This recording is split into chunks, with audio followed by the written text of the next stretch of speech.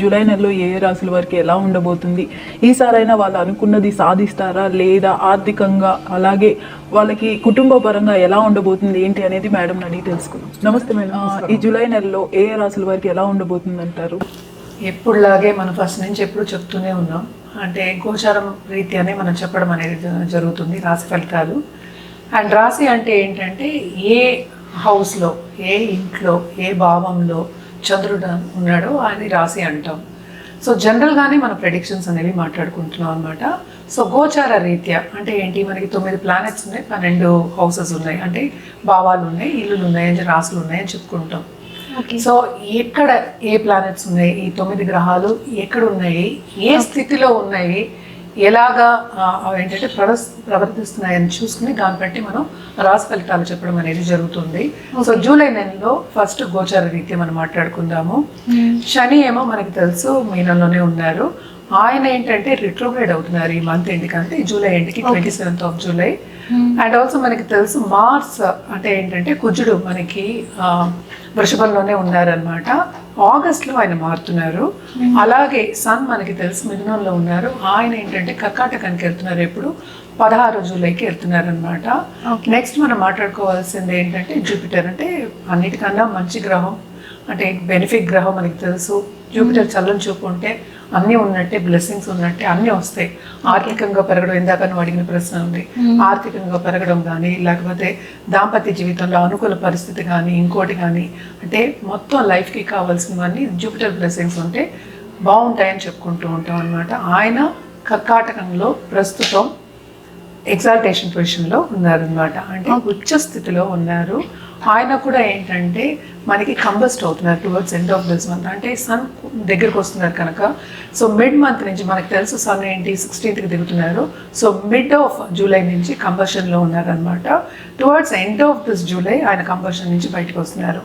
ఎందుకు కంబషన్ గురించి మనం మాట్లాడుకుంటాం అంటే, ఏదైనా సరే, ఏదైనా ఒక బ్రైట్ గ్రహం, ఇప్పుడు లైట్ ఉంది, చాలా బ్రైట్గా ఉంది, దాని పక్కన ఏదైనా కొంచెం చీకటిగా ఉన్నది, కొన్ని చిన్న బల్బు పెడతాం అనుకో, అప్పుడు పెద్ద బల్బు వెళ్తురే మనకి ఎక్కువ కనిపిస్తుంది. అలాగే సన్ దగ్గరికి, ఏ ప్లానెట్స్ దగ్గరికి వెళ్ళినా కూడా సన్ ఒక వెలుగు అనేది కప్పి పురుస్తుంది మిగతా గ్రహాలని అని చెప్పడానికి మనం కంబషన్ మాట్లాడుకుంటాం.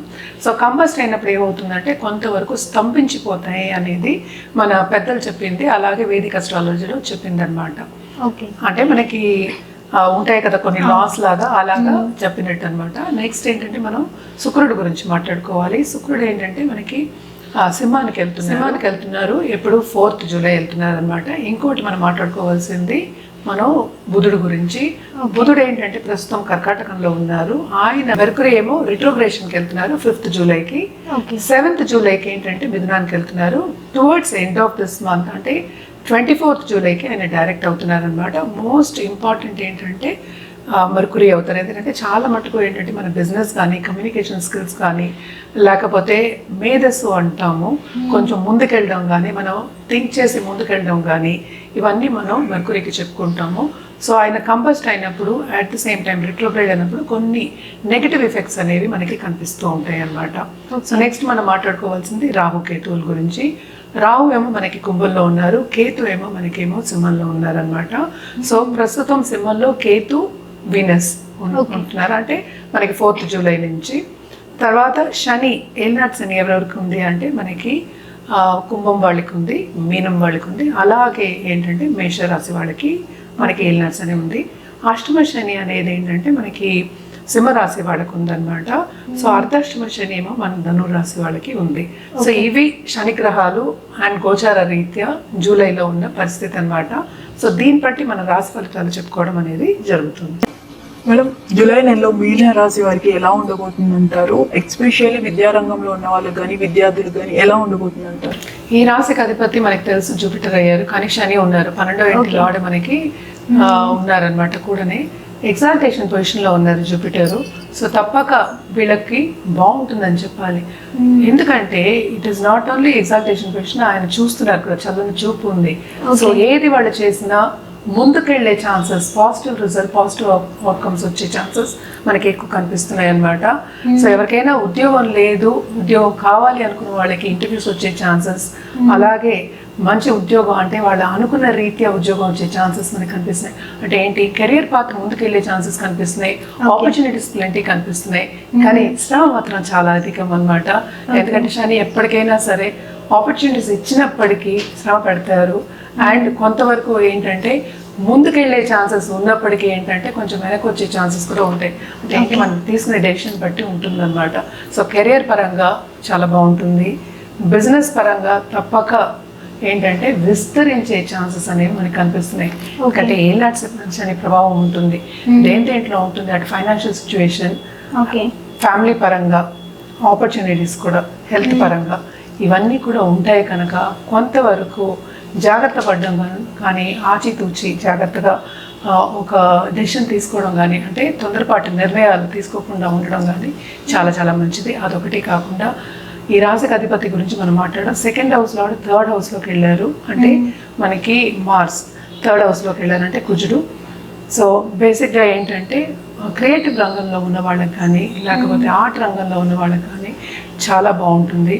అలాగే విద్యార్థులకి తప్పక ఏంటంటే ముందుకెళ్ళడం అనేది మనకు కనిపిస్తుంది. దాంట్లో తప్పక శ్రమ ఉంటుంది. వాళ్ళు ఎంత శ్రమ పడితే అంత ఫలితం అనేది వీళ్ళకి దక్కుతుంది అనమాట. అదొకటి కాకుండా సన్ మనం చూసాము అంటే కనుక మనకి 6th లార్డ్ అయ్యారు. ఆయన ఇప్పుడు ఏంటంటే 4th హౌస్లో ఉన్నారు. సో కొంతవరకు కంఫర్ట్ లెవెల్ అనేది కొంచెం తక్కువే ఉంటుంది. ఏది చేసినా శ్రమ పడాలి అనేది మనకి అండర్లైన్ చేసుకోవాలన్నమాట. Fill in the blanks.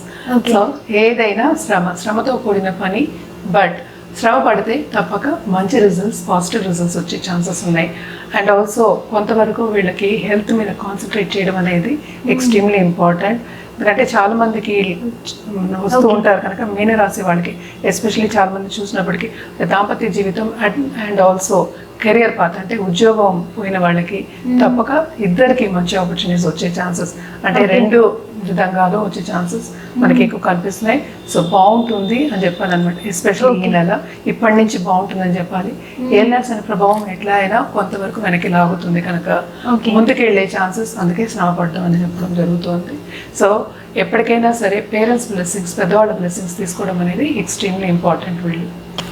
So వీళ్ళకి ముఖ్యంగా ఫ్యామిలీ పరంగా, హెల్త్ పరంగా, ఫైనాన్షియల్ పరంగా ఏలినాట్స్ అనే ప్రభావం ఉంటుంది అంటున్నారు కాబట్టి ఎలాంటి పరిహారాలు చేస్తే బాగుంటుంది అంటారు మ్యామ్? తప్పక గురుకాళ్ళు పట్టుకోవాలి. అట్ ద సేమ్ టైం మనం చూసామంటే 12th హౌస్లో రాహు ఉన్నాడు. సో ఫారిన్లో ఉన్న వాళ్ళకి కూడా కొంతవరకు ఇదే పరిస్థితి. బట్ ఏంటంటే ముందుకు వెళ్ళడం అనేది వాళ్ళకి ఈజీ అవుతుంది, ఎందుకంటే అక్కడ ఎలాగో శ్రమ పడాలి.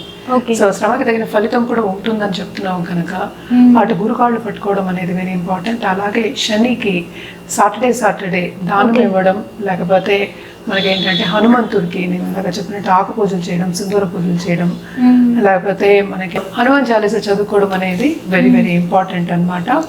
అండ్ ఆల్సో మనం ఇందాక చెప్పినట్టు గురుకాళ్ళు పట్టుకోవాలని చెప్పాను. సో ఏ గురువు అయినా సరే గురువుని కొలవడం చాలా చాలా మంచిదన్నమాట. అలాగే నిండు బ్రాహ్మణునికి అంటే థర్స్డే చదువుకున్న బ్రాహ్మణుని ఆశీస్సులు తీసుకోవడం, వాయనం ఇవ్వడం కూడా వెరీ వెరీ ఇంపార్టెంట్. ఇవన్నీ నేను చేయలేను అంటే మీ ఇంట్లో ఉన్న పెద్దల బ్లెస్సింగ్స్ తీసుకోండి. పెద్దలు చెప్పిన మాట కొంతవరకు కన్సిడర్ చేయండి. నేను పూర్తిగా వినండి అని చెప్పట్లేదు, కన్సిడర్ చేయండి. వాళ్ళకి ఇచ్చే రెస్పెక్ట్ వాళ్ళకి ఇవ్వండి. మోస్ట్ ఇంపార్టెంట్ అనమాట. ఆల్సో మన రుద్రాక్ష విషయానికి వస్తే కనుక తప్పక వీళ్ళు అష్టముఖి రుద్రాక్ష వేసుకోవచ్చు, అలాగే చతుర్ముఖి రుద్రాక్ష కూడా వేసుకోవచ్చు.